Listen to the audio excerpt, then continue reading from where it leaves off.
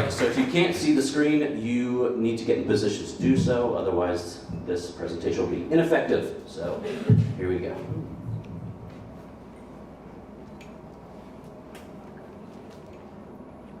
That's me.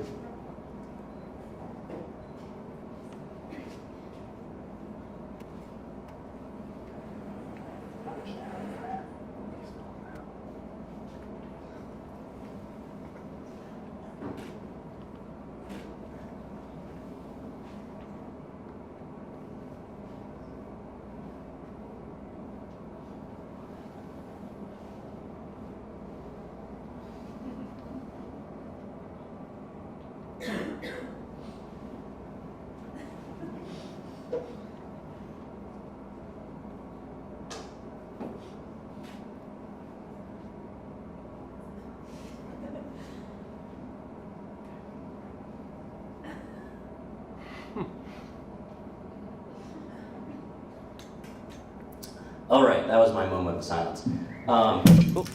That's supposed to be funny. So, can someone help me out with this real quick? Thank you. Okay. So in 2015, I left a promising career in nonprofit work to join my brother in the world of comedy.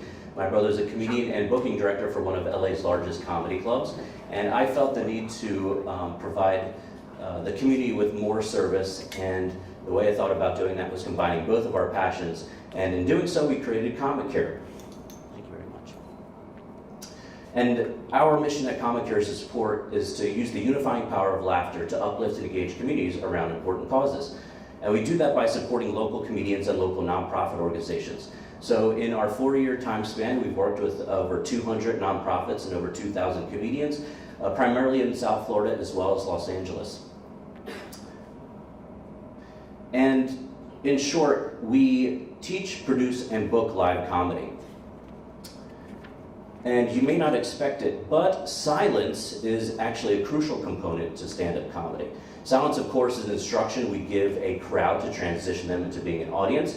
Please silence your cell phones, please keep your talking to a minimum, and absolutely no heckling. And of course, some people have trouble following those guidelines, and we call those people alcoholics.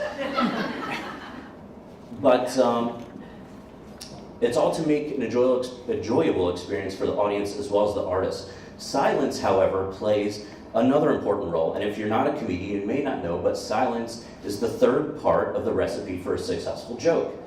A joke formula is a premise plus a punchline and then a pause for laughter.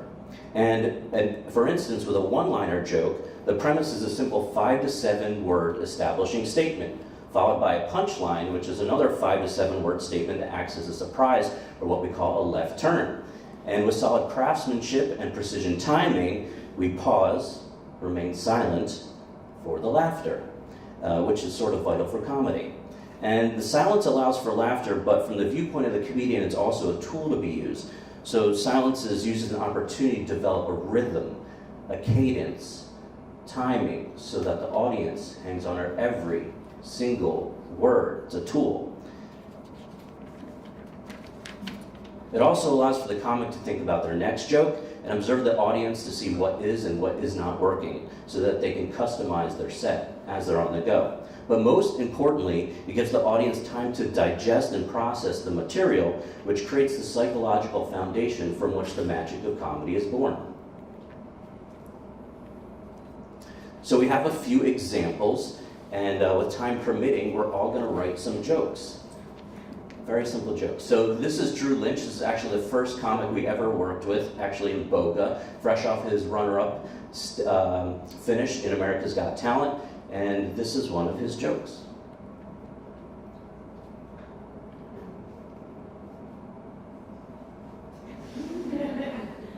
He got a bigger laugh than me.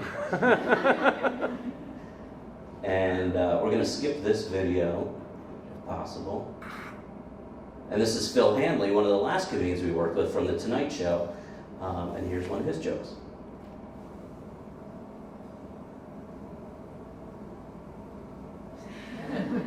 Okay. All right, we're getting there, people. We're getting there. So Now class, if you have a pen and pencil, let's all come up with a premise, simple premise, or you can use your cell phone.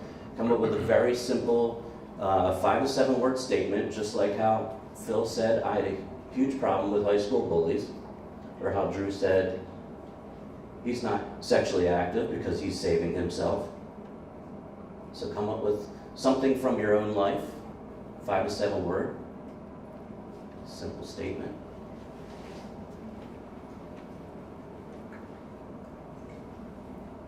And then once you've got that, come up with your left turn or your surprise.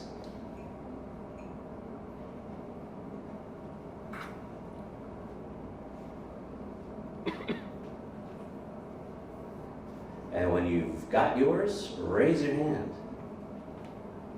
All right, come on down. Hi, one literally just landed in my lap here, and so I can't take credit for it. One day I'm just going to show up at your house. I hope you're there when I do. It's a personal joke, but I just thought it was funny. It's an inside joke, and you've done this before, or someone's done it to you? Yeah. Any others? Yes? This one's a little dark. I'd really like to shoot all you in the face. With my camera. There you go. Boom. Round of applause for our comedians. So if either of you or any of you want to quit your day jobs and pursue a toiling and fruitless career in stand-up comedy, actually this picture is when we broke the Guinness record for most comedians on a single show, 106 in Los Angeles. But my company, Comic Cure, if laughter is the best medicine, and we are the pharmacy. Is this mine? No. Okay, I had a couple more. But we have a free stand-up comedy class at the Flamingo House in Boca Raton on Sunday, December 22nd. And then we have our Flamingo Comedy Festival Winter Showcase with Carmen Morales from the famed Hollywood Comedy Store coming in on December 27th. That's taking place at the Boca Raton Innovation Campus. So thank you very much, and have a laughter-filled day and weekend.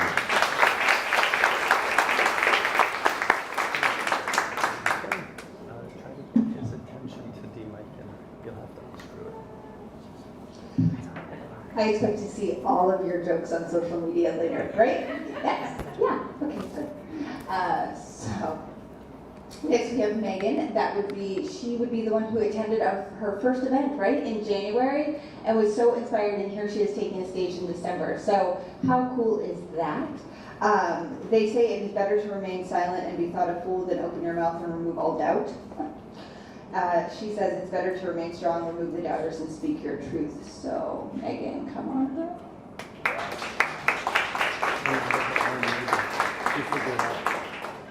Hi.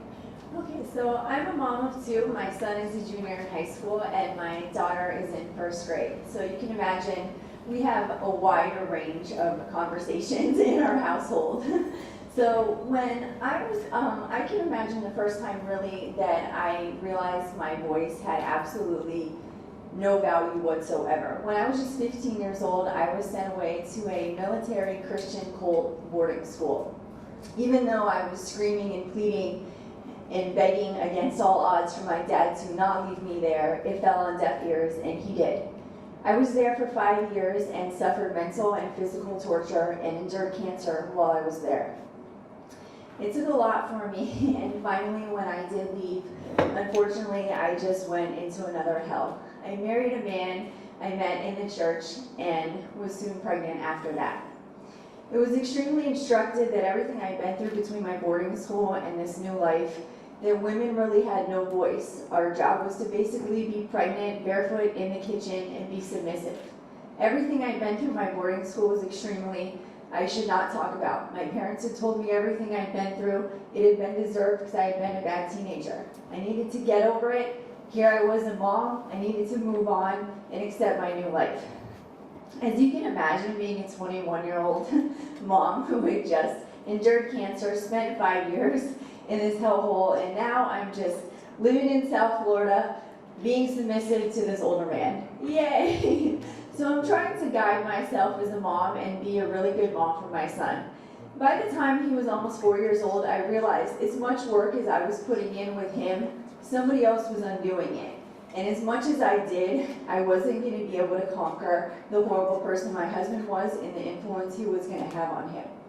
Against all odds, we escaped. I sold everything I owned, and my son and I went out on our own. I was able to get full custody, and I even changed his name, which is a woman I find very powerful to give my son my last name. Thankfully, we're trucking along, and I'm doing great as a single mom, and I met an amazing new person. As I have a great job and things are finally falling into place, unfortunately, I'm not feeling too well and suffering a lot of numbness on my right side. I ended up having to have brain surgery and spine surgery. The plus side would be, through recovering from that, I got pregnant with my daughter, which was quite the miracle. Though raising a child can be difficult physically and trying to overcome a lot, I ended up having to actually have a few more spine surgeries and an emergency hysterectomy. So now I've spent from 2011 to 2016 being a mom and having surgeries and trying to just, travel through life as most of us do. So through everything, I had kind of been nervous. I didn't have any social media, and now my kids are in school full time, so you can imagine I feel a little lonely. I'm doing all I can to volunteer with them and to help other people, but I don't really know what I'm doing to help myself or to kind of tell my story. My partner was the only person that had always been supportive and encouraging that my story mattered and I needed to share it, but I never knew how, where, or what to do. As someone that had been so long in captivity and then having brain surgery, I didn't really know a lot of what most people would know as far as electronics, technology, or what to do. I thankfully, through his encouragement, decided to set up Instagram just based on actually my kid's name, and just did it through photography since I was so nervous to put myself out there. The most amazing thing was I found the Boca Live feed, and through watching that, I found this great thing called Raw Story Slam. First of all, I'm like, wow, there are people that are actually telling their stories, and this is encouraged after I've been discouraged for so long between my parents, my family, everybody I know, to just get over it and move on. Now there's a whole place that's encouraging people to tell their stories and share it and feel amazing. I, of course, clicked on the link immediately, and I saw that it said, do you want to be a storyteller? I was like, yes, I do. I felt so excited that this was maybe this was the right track. Within the next month, I actually got up on stage, 2 years this month, at Raw Storytelling, and told my story for the first time. This is the first time I ever just felt vulnerable and opened myself up, and it was the most, honestly, amazing experience ever, where I thought most people would be like, oh my God, you can't be a good mom. You can't go through trauma and be a great person. All of these people and women were like, hell yeah, wow, way to go. And it felt just so incredible that I realized then that I have to tell my story. I need to do this not only for myself, but for other people. And throughout that year, I found a few different other story avenues and things like that to share my story, and I wanted to do more.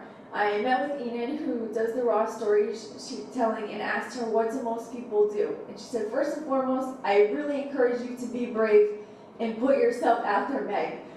Get a social media that says your name and decide who you want to be. And I did. And she said some other avenues are these great creative mornings, and just don't be afraid to get out there and to just be you. And after being so scared and having PTSD for so long, that is the biggest difficulty. I last January went to the Place of Hope Creative Mornings for the first time and felt just so amazing between hearing the story of the Place of Hope and so many girls that needed to be rescued and their lives touched. I knew I needed to tell my story and help other people. I made it a goal, and thankfully within the year made it happen to do so.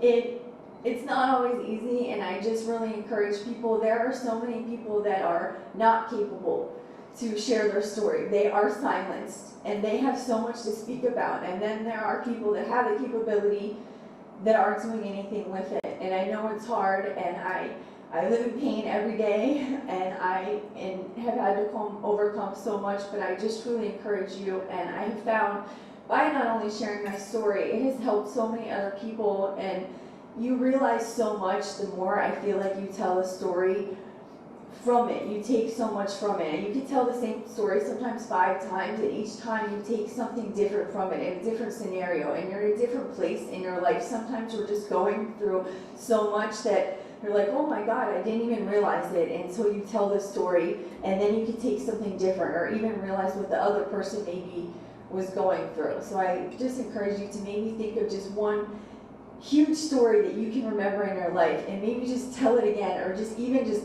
in the shower or somewhere, or to another person, and just take something different from it that maybe you couldn't take during the time because you were in it at that moment. That's it.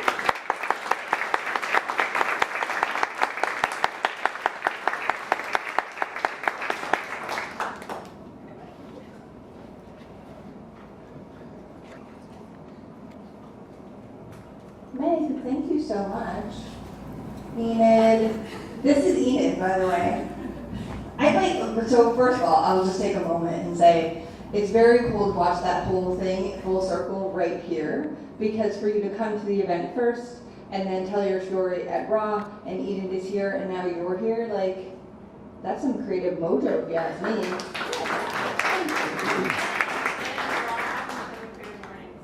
And Raw happened because of Creative Mornings? Yeah. I just got chills. Wow.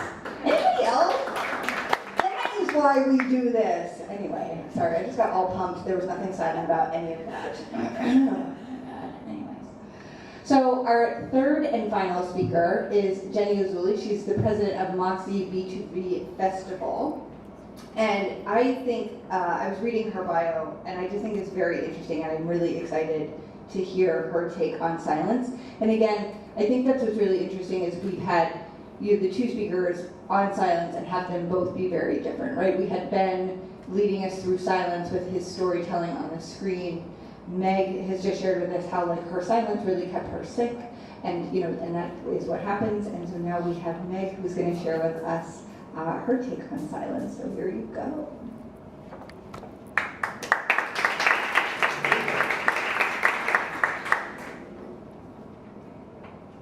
Hi, good morning, everybody. I'm Jenny Azulai, and I am a big fan of Creative Mornings, so this is really exciting. I think it's incredible to have this touchstone every month to bring us together as a community, and so we can get reinvigorated and inspired to be creative, however that may be. When I first heard that the topic was silence, my initial reaction was, I'm not very good at it. Those of you who know me well can attest to that for sure. And I also recently dubbed myself as pathologically social, which many find amusing, but it's quite true. I'm a very gregarious person.